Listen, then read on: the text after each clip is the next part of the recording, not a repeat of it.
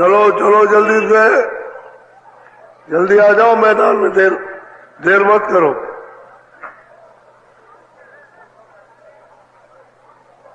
चलो चलो, समय होने वाला है।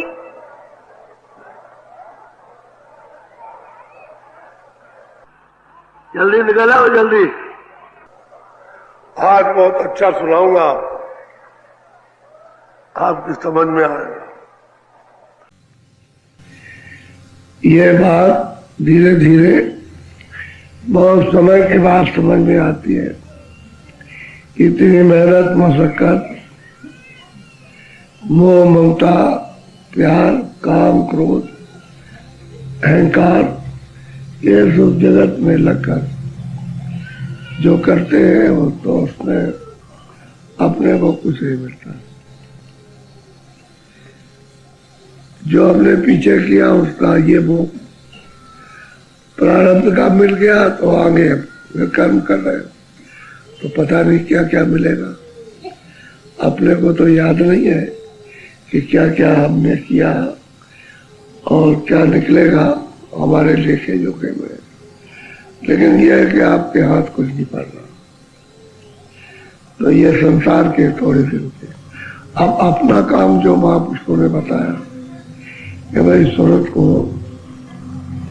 यहाँ से निकाल के वापिस ले चलो, अपने घाट से जहाँ बैठी है वहीं से ऊपर चलेगी। तो दोनों आंखों के पीछे घाट, यहीं से बैठकर ऊपर को चल पड़ेगी। कब? कि जब आप मन और चित्त को थोड़ा सा रोक लोगे और सूरत का साथ दे दोगे, तब तो आधार धुनी का, शब्द का, नाम का मिल जाएगा तो वापिस हो जाएगी। बाकी जब से हमने उसको छोड़ा तो हमारा आधार तो छूट गया। अब बिना आधार के हो गए तो अपना तो यहाँ कोई सहारा साथ देता नहीं। तो ये जितनी भी चीजें हैं ये सब पर्दा है। वो पर्दे के साथ हम बंध जाते, वो पर्दे का काम करते हैं, वो पर्दा हमको धोखा दे देता, बिगड़ जाएगा, नाश हो जाता पर्दा। उसको देखते रहते हैं और रोते चिल्लाते, आए मेरा था, ये कहाँ चला गया। तो अपना काम कुछ नहीं पराए देश में आकर के, और आपने जो कुछ भी काम किया पर्दे का किया, और पर्दा आपका है नहीं। यदि छाया का किया है, छाया गायब हो जाएगी। गायब होते ही छाया और सब कुछ खत्म हो गया, कुछ नहीं जाएगा। आए थे भजन करने के लिए कि घर आपकी बार मनुष्य शरीर पाकर पहुंच जाएंगे, तो उसमें तो कोई काम आप नहीं किया। घर से जुदा होने का, बिछुड़ने का तो काम किया, लेकिन घर में पहुंचने का कुछ नहीं किया।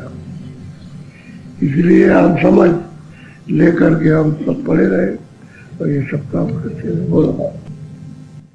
देखो सब जग जात बहा, देखो सब जग जात बहा। बहुत विचार करके साधन, जब सत्संग सुनते हैं और साधन भजन करते हैं तो बहुत विचार करके समझते हैं कि सारा संसार ये चला जाना अंधकार में, और गुरु ने मुझको अमोलक धन दिया और कहा कि उलट के इसको प्राप्त कर लो। अब वो सूरत देखती है तो कहते हैं सब जगह तू जा रहा, बहता हुआ काल धारा में, जन्म मरण की धारा में, 84 धारा में, 11 खानों में, नरकों में चला जा रहा। तो महात्मा कहते भाई हम तो इस जग की गति को देख करके बहता हुआ जा रहा, तो हमको बड़ा दुख अफसोस होता है कि मनुष्य शरीर तो फिर मिलेगा, और जब मनुष्य शरीर मिलेगा तो आप अपना छुटकारे का यहाँ से क्या काम कर सकते। तो जैसे बंधे वैसे बंधे चलेंगे, अभी बंधे हुए हो, बंधे हुए ले जाएंगे, चले गए वहां रोते रहे। अब वहां तो खुल नहीं सकते हो, वो तो बंधे ही हो। तो 4 खानों में डाल दिया तो बंधे ही रहोगे, खुलेगा कभी नाम नहीं आएगा। बोलो।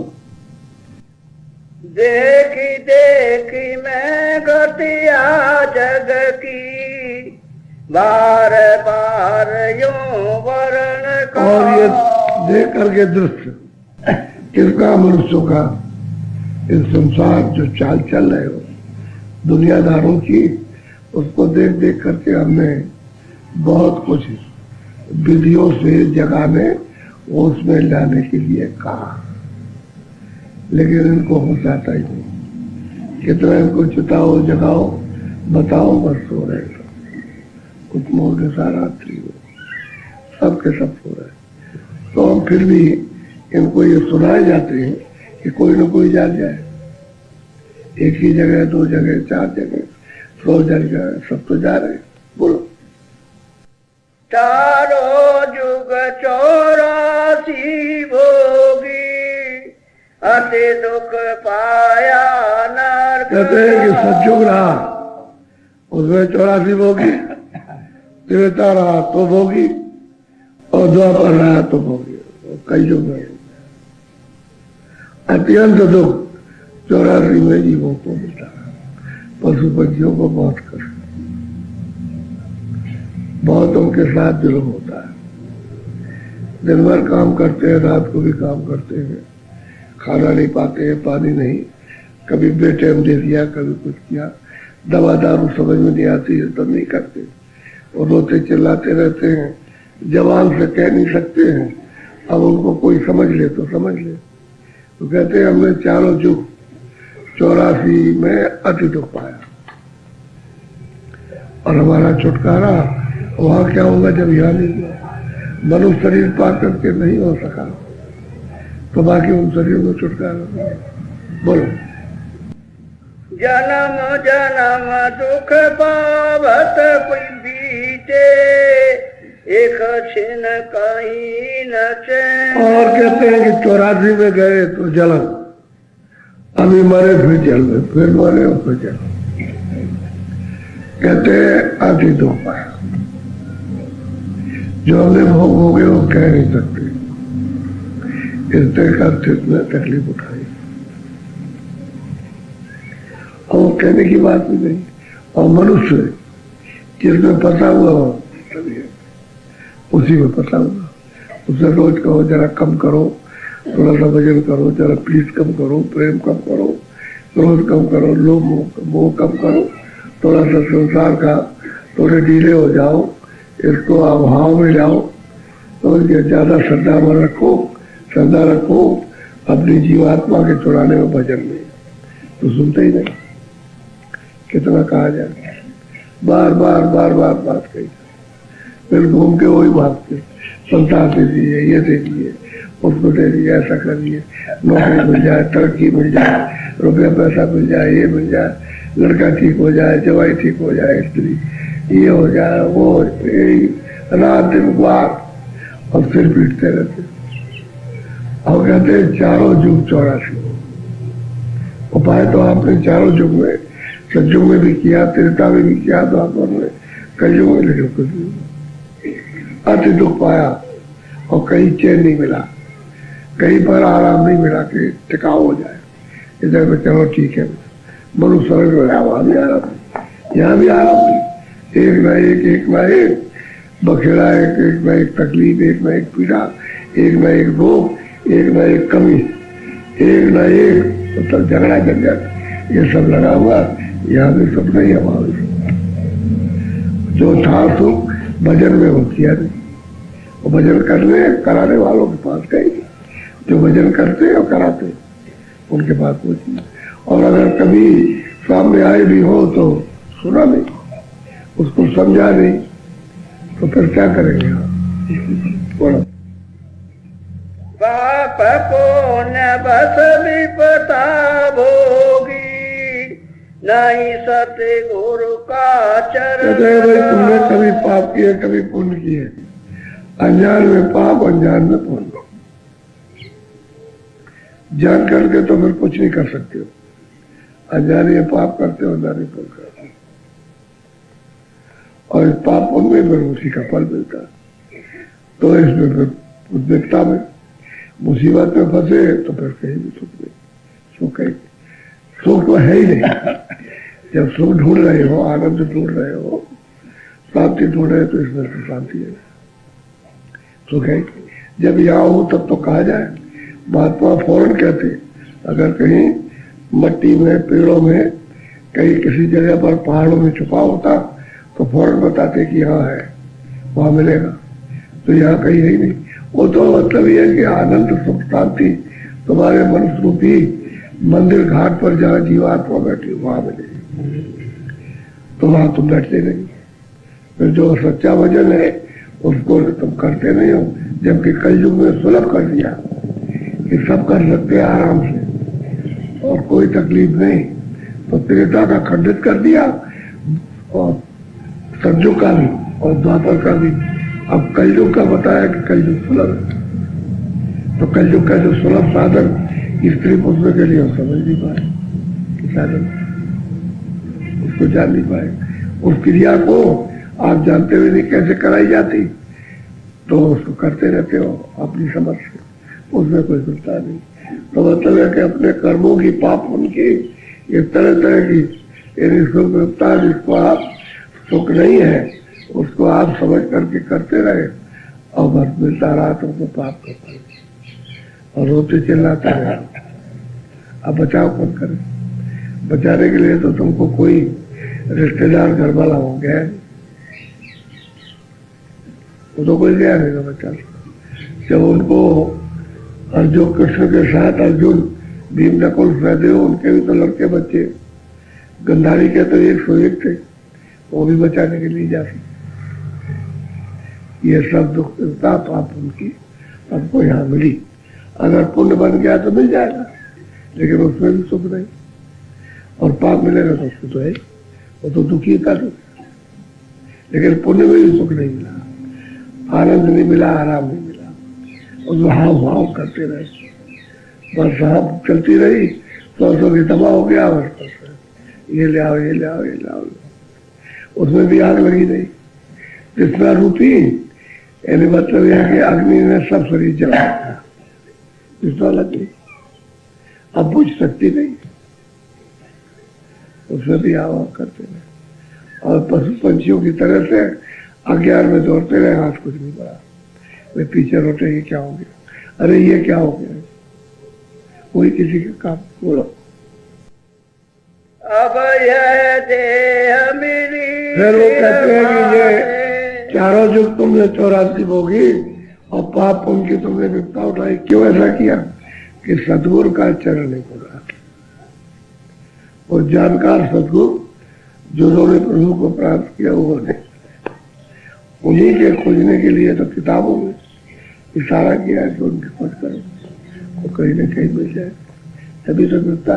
अगर वो मिल जाते तो घाट बता देते और घाट से घाट की सफाई करके और हमको पकड़ा देते नाम के साथ, तो हम निकल जाते। वो मिले नहीं, नाम भेद मिला नहीं, साधन भजन घाट कर किया नहीं और पाप उनमें फंसे रहे। कितना बड़ा नुकसान किया। जब वो सबको कह रहे कि भाई किसी महापुरुष के पास जाओ, वहां तुम्हारा जीवात्मा का खुलना छुटकारा होगा और नहीं जाओगे तो भी वो किया नहीं। बोलो। अब यह देह मिली कृपा से, करो भक्ति जो कर्म कहते हैं कि भाई अब भी तुम्हारे पास मनुष्य शरीर है बचा हुआ, ये बचा हुआ जो मिला है अमूल्य, तो कहते हैं कि ऐसा करो कि महापुरुषों के पास जाओ और उनकी भक्ति करो। कौन सी भक्ति करो? कर्म हमारे जल जाए, दहन हो जाए, जैसे होलिका में आग लगाते हैं ऐसे जल जाए, जैसे लकड़ी जलती है। ऐसे ही जब ज्ञान रूपी अग्नि महापुरुषों की कृपा से प्रकट होती है एक घाट पर, तो ऐसे कर्म जलते जैसे लकड़ी जल रही, वो चाहे पाप हो चाहे पुण्य। न तो तुमको उसका पाप का फल और न पुण्य का, दोनों, और दोनों में कोई बच गया तो फिर वही पुण्य भोगना वही पाप हो। कहते ऐसी भक्ति करो, ऐसा आदेश का पालन करो जो कर्म खत्म हो जाए, जल जाए, और वो नाम से जलेगा। नाम के साथ जो प्रकाश उतरेगा उसे जल जाए। अब ये काम करो, और इसको नहीं करोगे तो फिर भोगो। और सबको याद करा रहे कि सतयुग त्रेता द्वापर सब, और कोई मनुष्य नहीं मिला, फिर क्यों ऐसा करते हो? आप भी ऐसा करो कि महापुरुष के पास जा करके और वो जो बताए उसको करो, उसी को कहते हैं भक्ति। वो कहेंगे ऐसा साधन करो, ऐसा ध्यान करो, ऐसा भजन करो, उसको करो, और ये सेवा कर लो। तो सेवा से वर्तमान अंग यानी पवित्र होते हैं। ये हाथ पैर से जो मेहनत करते हो उससे हाथ पैर ये सब पवित्र होते हैं। उनके साथ मन का, बुद्धि का, चित्त का लगाव है तो उन पर भी असर पड़ता है। तो उन पर असर पड़ने तो जब पड़ेगा, जब घाट पर बैठ जाओगे और करोगे तो मन की और बुद्धि और चित्त की सफाई और अंतःकरण की, तो थोड़ा थोड़ा अपना जागरण करने की आंख हो जाएगी और तभी इन कर्मों को दाह कर देती, जला देती, जलते हैं। बोलो। अब की चूक माफ नहीं होगी, नाना विधि के कष्ट। फिर याद दिलाते हैं कि जो बचा हुआ शरीर अगर अब नहीं किया और चूक है तो ये चूक माफ नहीं होगी, और नाना प्रकार के अनेक आपको तो मौत। इसलिए जो बचा है शरीर, उससे जो कहे उसको कर, उसे कर। नहीं किसी में आलस में रह गए तो बस चूक जाओगे, और न भजन, न ध्यान, न सुमरन और न सेवा, तो बस गए नाना प्रकार, फिर दुख हो गए। अब महापुरुष तो जब ही छुड़ाएंगे जब आप उनकी बात को मानो, घाट पे बैठ जाओ, तब तो आपको छुड़ा के ले जाए। घाट पे बैठोगे नहीं, बात मानोगे नहीं, जो कहेंगे सो करोगे नहीं, ध्यान भजन सुमरन उसमें मन नहीं लगाओगे तो बताओ कैसे? अपने आप को तो बदलना चाहिए जो कहे।